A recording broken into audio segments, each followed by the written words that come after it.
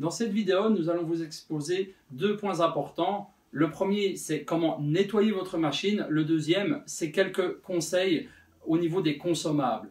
Donc, tout d'abord, au niveau des conseils, il y a trois points importants. Le premier, c'est la lubrification de votre machine. Cela n'est pas indiqué dans le mode d'emploi, mais en tant que professionnel, nous avons constaté que c'était quand même important car ça améliorait les performances de votre machine.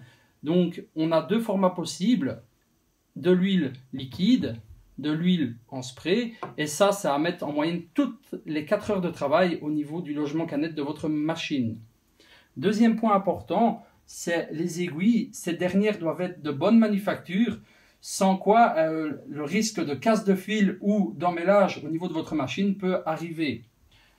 Car une aiguille de mauvaise qualité est mal fabriquée et de ce fait-là pose pas mal de soucis.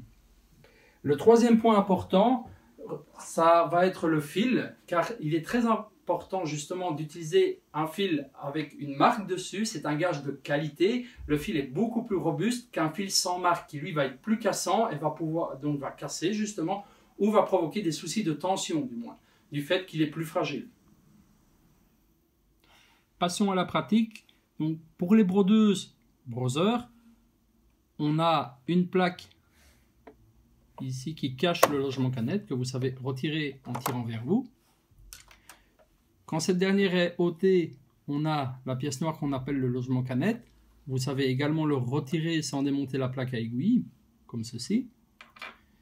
Et vous pouvez également retirer la plaque à aiguille qui elle est maintenue par deux vis.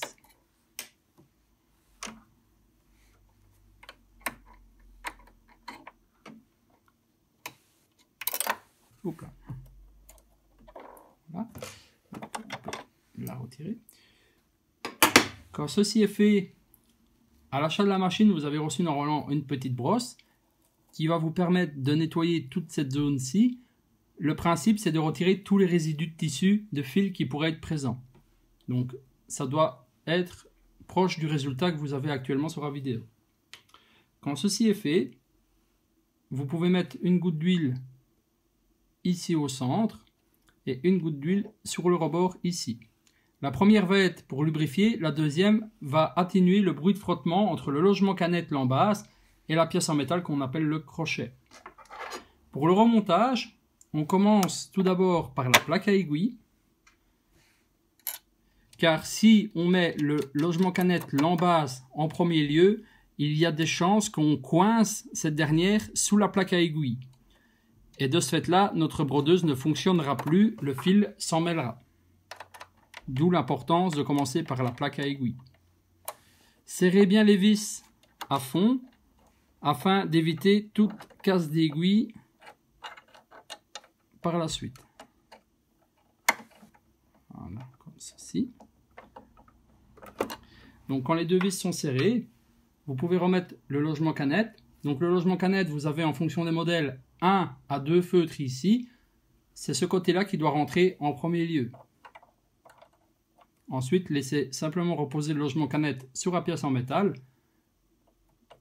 On peut s'apercevoir que là, il y a un léger jeu. Ça, c'est correct. Si vous n'avez pas de jeu, c'est qu'elle a été bloquée sous la plaque à aiguille. Quand ceci est fait, vous pouvez simplement remonter le cache.